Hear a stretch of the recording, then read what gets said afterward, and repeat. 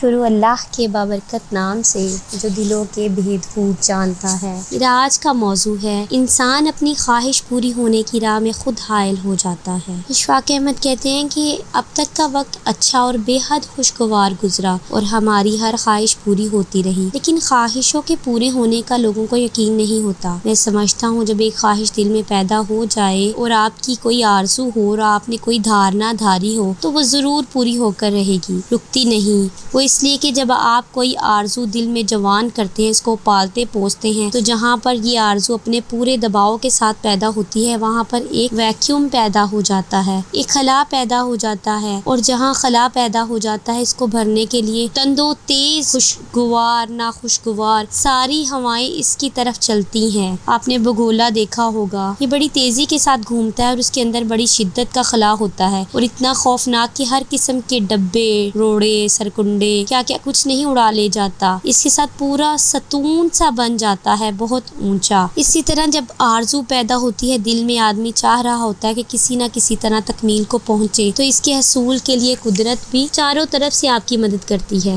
آپ کو لگے گا کہ میں تو الٹی بات کر رہا ہوں، ہمارے دل میں اتنی آرزویں خواہشیں کبھی ایک بھی پوری نہیں ہوئی، تو اس میں خرابی یہ ہوتی ہے کہ خواہش کی پوری ہونے کی راہ میں آدمی خود کھڑا ہو جاتا ہے اور وہ ایک بلے باز کی طرح جو کرکٹ کا بیٹ ہاتھ میں رکھتا ہے اس کے مقام پر کھڑا ہو جاتا ہے جہاں اس کی خواہش کو آ کر پورا ہونا ہو۔ وہ آنے والے ہر خوش آئند اور ہر خوشگوار عنصر کو، ہر اس تکمیل کو پہنچنے والی چیز کو بلے کے ساتھ چکے مار مار کے وہاں سے بھگاتا رہتا ہے۔ یہ عجیب انسانی فطرت ہے، کبھی آپ اس کا مطالبہ کریں تو آپ کو یہ عجیب لگے گی، خاص طور پر یہ کیسے ہو سکتا ہے کہ جب ہم نے خواہش پیدا کر دی تو وہ پوری ہو۔ لیکن تم نے اگر غور کیا ہو تو دیکھو گے کہ اس کے راستے میں کوئی بندہ حائل نہیں ہے، صرف آپ کی ذات، آپ کا وجود حائل ہے، اور آپ بھی کوشش کر کے اسے لاشعوری طور پر جان بوجھ کر نہیں ہٹاتے اور مٹانے کی کوشش کرتے ہیں۔ سب سے پہلے تو آپ کے ذہن میں یہ بات پیدا ہونی چاہیے کہ اس کو فوراً پورا ہونا چاہیے۔ یہی ہے نا، کبھی آپ آئس کریم جمائیں، آپ نے آئس کریم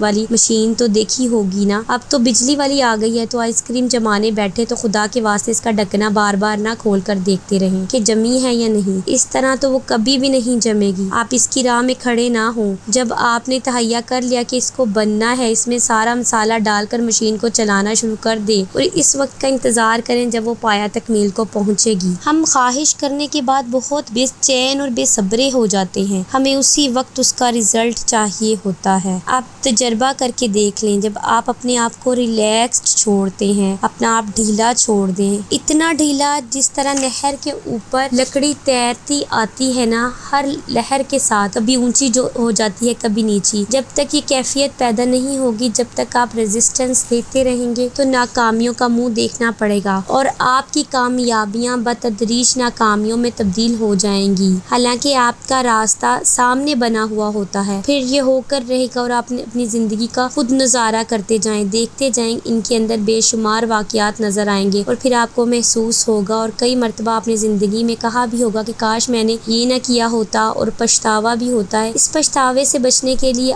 ذہین آدمی، پڑھے لکھے لوگ، سمجھدار لوگ جانتے ہیں کہ اس سے کس طرح اجتناب کیا جائے اور کس طرح سے اپنا پھول اپنے ماضی سے کھلایا جا سکتا ہے۔ تو یہ بات اچانک بیٹھے بیٹھے آپ کو دیکھتے دیکھتے میرے ذہن میں آئی کہ آپ اپنی آرزوؤں کو، اپنی حسرت کو تکمیل کے لیے خود ہی سب کچھ کر سکتے ہیں۔ دیکھیے، ایک پیچکس کو، ایک پلاس کو، آری کو یا ایک برمے کو یہ نہیں پتا ہوتا کہ یہ کیا چیز ہے اور اسے کیا کرنا ہے۔ ایک ہاتھ آتا ہے، وہ پیچکس کو اٹھاتا اور اسے کمال کا کام کرتا ہے۔ اس کا ایک مستری ہوتا ہے، لیکن آپ ان چیزوں کو جو آپ کی راہ میں آپ کی مدد کے لیے رکھی گئی ہیں استعمال نہیں کریں گے، بلکہ اس حد تک کسی اور کو بھی استعمال نہیں کرنے دیں گے، تو پھر آپ کے لیے مشکلات پیدا ہوں گی۔ کبھی کبھی زندگی میں ایسا ہوتا ہے کہ انسان چکر کاٹتا ہے ایک لمبا اور پھر اسی جگہ پہ خود کو پاتا ہے، تو پھر اس کو پتا چلتا ہے کہ اس کے ساتھ کیا گزر رہی ہے، وہ کہاں پر اپنی آرزو، اپنی خواہش کے درمیان کھڑا تھا، ساری دنیا سے شکوہ کرتا ہے جیسا کہ اس نے شکوہ سب لوگوں کے ساتھ کیا، تو یہ بات بظاہر سیدھی سی لگتی ہے لیکن بڑی باریک ہے اور اس پر غور کرنے کی ضرورت ہے کہ چونکہ ہم لوگ میچور ہو جاتے ہیں، ہمیں اپنی سوچ کی لہریں جو ہیں ان کو مضبوطی کے ساتھ خود بھی پکڑنا چاہیے اور لوگوں کو بھی توجہ دلانی چاہیے۔ اب یہ وقت آ گیا ہے کہ ہم اپنی سوچ جس کا ہم کو حکم ہے تفکر بھی کریں اور تدبر بھی کریں۔ اور اس کے بعد میں اپنی طرف سے کچھ ایڈ کرنا چاہوں گی کہ اکثر